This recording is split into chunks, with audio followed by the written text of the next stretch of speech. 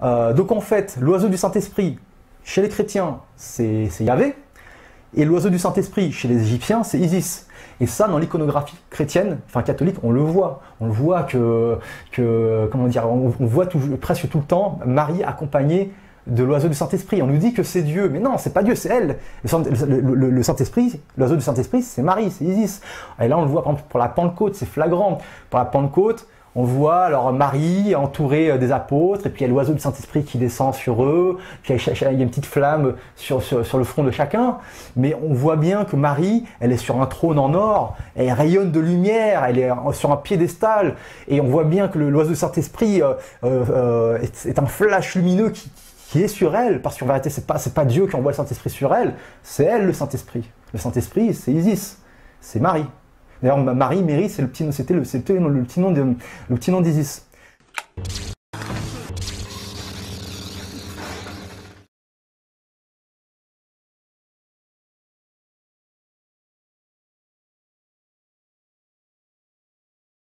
When I was a young student of philosophy, I had always a feeling it has nothing to do with me as a woman. And by a good opportunity, I found some books on pre-patriarchal earlier societies, which were openly called matriarchal, and since then this topic intrigued me so much and never left me. And when I looked closer and deeper into history of cultures, I saw we have only remnants, relics and pieces which are not put together. So I started to make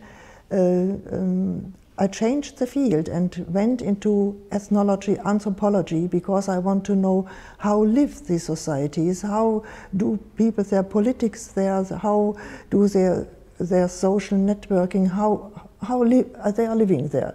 I couldn't find the whole picture of matriarchy from cultural history, but I could find it when I get into contact with living matriarchal societies of today. I started to put this knowledge together because I found out that some of them still exist around the world. In Africa, in Asia, East and South Asia, in South and North America. And I put my knowledge together, and step by step, by analyzing and understanding each of these societies, I got more and more deeper the picture of what a matriarchal society is.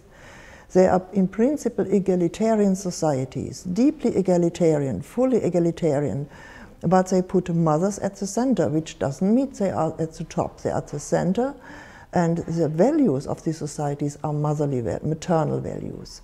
The value of caretaking, reciprocity, helping each other, and of peacemaking, of which they have a lot of skills. And when I got deeper into these societies, I recognized that these patterns to live, or this way of to live, might be much better than the patriarchal system we are in. You see, in patriarchy we have a general oppression of women, all women, of weaker men and of other people, and so on and so on. We have a hierarchy of oppression. For each patriarchal society is a society of domination from top down. And matriarchal societies don't know this. They don't know any domination. No group dominates the other, and no sex dominates the other. But when they do their political decisions, everybody, they sit together in a council, and everybody has his or her say. Everybody, even the children from the age of 13 years on.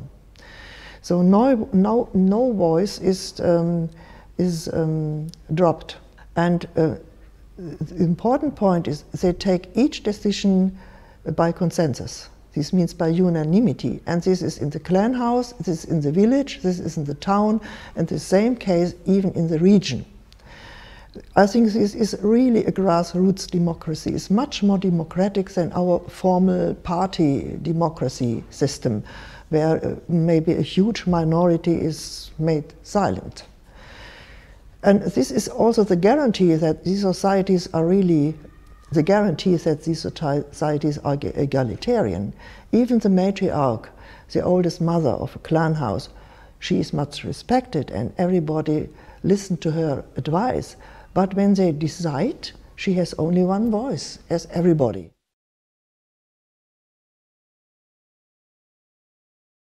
And when I read a lot of anthropological literature and even talked to these people, I was astonished how much they are misinterpreted by European anthropologists. They say, for example, when men go as speakers of the clan, go to the regional council to represent their clans or their village, this is misinterpreted as men have the political power, which is completely wrong.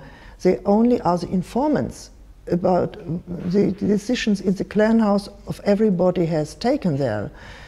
When they see there are different opinions, they go back to the clan houses, giving the information. There is no consensus. We continue with discussing, and this process goes back and forth until the whole region has found a consensus. And men are the helpers to find the consensus, but they don't have the political power. The political power is with the people, and the people live in the clan houses.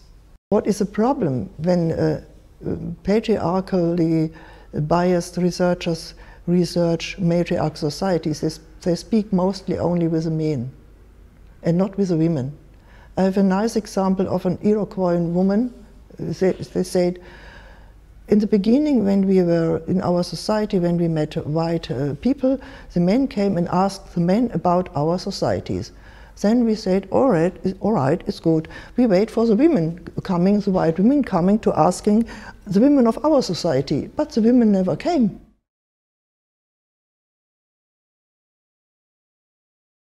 I think people who hear this term matriarchy, most of them have the wrong idea. This is women's rule, which is completely wrong. They are truly egalitarian, no women's rule. But if they hear the word matriarchy, many have the idea, many get upset and others get fascinated. This means they feel that it's a political content in it. And this political content means a deep criticism of patriarchy where we are living in. And so it creates anxiety, and it creates, yes, they want to dismiss it, for it challenges them. And truly, it challenges not only individual people, it challenges the patriarchal institutions and the patriarchal system as a whole. And this is felt, and so we have a lot of try to dismiss it, but what is very good, they don't succeed, because the interest in the knowledge about matriarchal society is so far spread. So many women and also more and more young men are eager to learn about this different kind of society which gets rid of domination and war and all these terrible things we experience in patriarchy.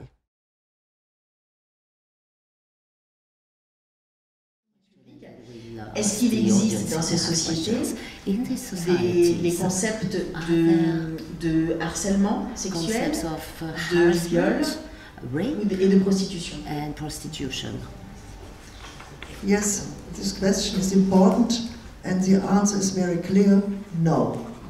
Because women are so much respected, things like harassment, sexual harassment, rape and so on doesn't exist. A man who would do this, he would be immediately excluded from the clan or the whole society. But I never found such a case.